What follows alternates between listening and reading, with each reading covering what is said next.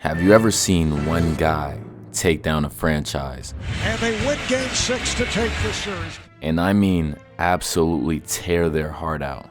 How often do you see a dynasty hang their head low when they run into one man? Give no ground. Persevere. Everything started during 2018. Kawhi Leonard is the man. He has a championship under his belt and has had one since he was 22 years old. And as the best player at that, a prodigy in his own right. But there's an issue with prodigies. Prodigies don't have to work hard to be good. And the next few seasons that followed Kawhi's elusive championship run with the Spurs was followed by truly underwhelming success in the playoffs. Mr. Kevin Durant says, I want Game 4, baby. He's got 30 tonight. 91-87 Thunder. Kawhi was good, but he just wasn't trying enough. Hall of Fame head coach Greg Popovich thought so at least. Kawhi, not so much. They never did end up seeing eye to eye. The Spurs will send Kawhi Leonard and Danny Green to the Raptors. Meet the Western Conference. These are the Golden State Warriors. They just made the last 4 NBA Finals and swept the best NBA player in the world just last season. They're untouchable. It's 2019, and if you want to win a championship, these are the guys to beat. At least that's how it looks on the outside. But on the inside, this core is a lot more rotten than you would expect. July 6th, 2018, the Golden State Warriors take a risk on former All-Star and infamous hothead, DeMarcus Cousins. The Boogie Experiment. November 12th, 2018, Draymond Green and Kevin Durant get into an altercation that ends with a beef that spans over an entire season and beyond. The month of March, Golden State suffers the worst loss they've ever had at their home stadium since Steve Kerr became head coach at the hands of Luka Doncic and the Mavericks. This is the worst season that the Warriors have had since 2013, but 57 wins isn't bad. It's just not the Golden State standard. The quest for the three-peat is underway. They are very simply this generation's Shaq and Kobe. Can you feel the energy? Every team has a path to the finals, but all of them aren't cut from the same cloth. Toronto's was rough. In the first round, Toronto was faced with the Orlando Magic, a series that ended in a gentleman's sweep in favor of Toronto. Then, in the second round, Toronto butted heads with the 76ers. That's Jimmy Butler, a healthy Joel Embiid, at least as healthy as he'll ever get, and Ben Simmons, all-star Ben Simmons. But we all know how that series goes. With 60 wins, the Bucks were damn near a better team than the Warriors this season. And in record, they were, without a doubt, led by the MVP, runner-up to Defensive Player of the Year, an absolute freight train, Giannis Antetokounmpo. Welcome to the third round of the 2019 NBA playoffs, Toronto. How's Golden State doing? It was a masterpiece by Kevin Durant. 38 points in the first half. Not too bad. First round, second round, all ended the same. Golden State in 6. By the end of the second round, however, Kevin Durant is injured, out with a strained calf.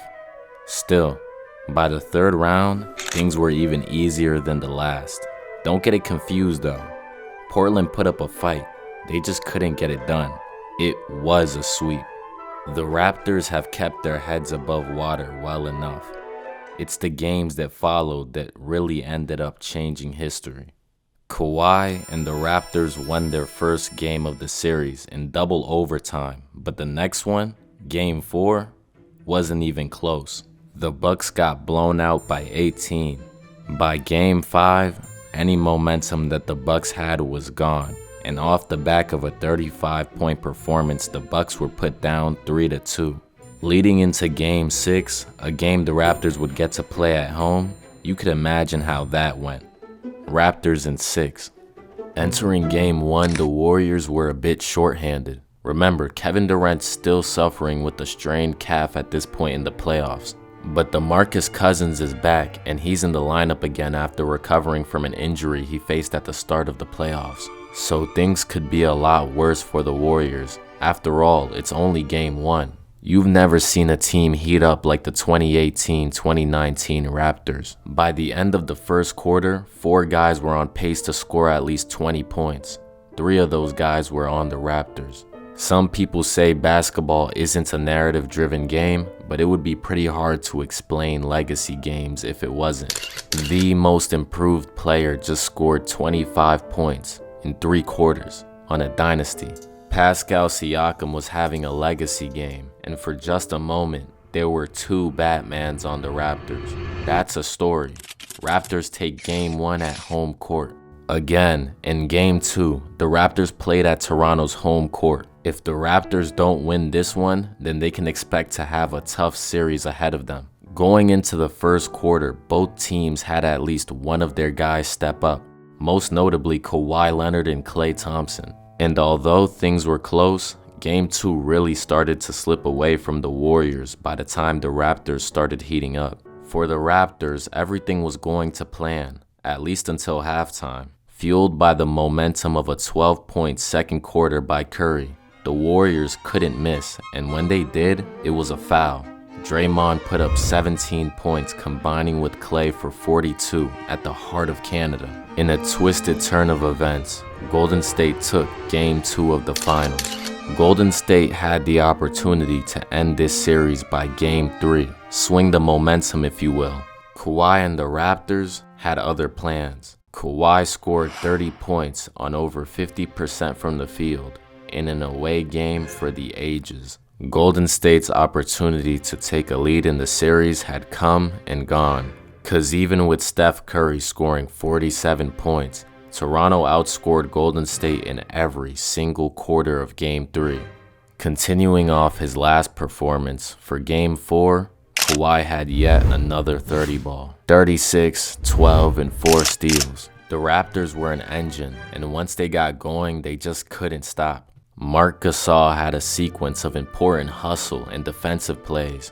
All the while, Serge Ibaka scored 20 off the bench. And just like that, the Toronto Raptors had taken back-to-back games at Golden State's home stadium, leaving Golden State down 3-1. And for the first time in a long time, the Warriors looked exhausted. But things weren't quite over. Kevin Durant was back. Everybody knows about Kevin Durant. Villain turned hero of the Bay Area. But this wasn't Kevin Durant.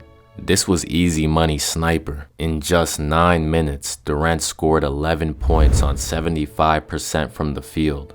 Oh yeah, and Steph Curry didn't do half bad either. They were a pretty good duo. They were. And Durant grabbing that right leg. If the Warriors were depleted before, they must have been nothing short of bankrupt now. KD was officially out for the series. And as for the Warriors, they narrowly won Game 5, 106-105. Going into Game 6, the first quarter was a nail-biter. After all, 33-32 doesn't leave much margin for error. But Golden State kept up loose on Toronto's trail. Despite Curry's rough start to the game, the second quarter didn't look all that bad for Golden State either. Klay Thompson, Draymond Green, and even Andre Iguodala really kept the game alive by that point of the first half. And the second half was even better. Curry found his groove, and so did Kawhi. Not even to mention Klay's 10 points and counting. They didn't know it then, but those would unfortunately be Thompson's last few minutes on the court for a long time. Thompson running the floor, and Thompson grabs his left knee. And everybody for the Warriors and the franchise and here in the stands holding their breath. Report on Klay Thompson is that knee injury will keep him out and he will not return the remainder of the game. Toronto knows you can only play who's in front of you. What Golden State was wondering is if they had enough gas to keep the momentum going. Toronto definitely did. How else would they have become the 2019 NBA champions?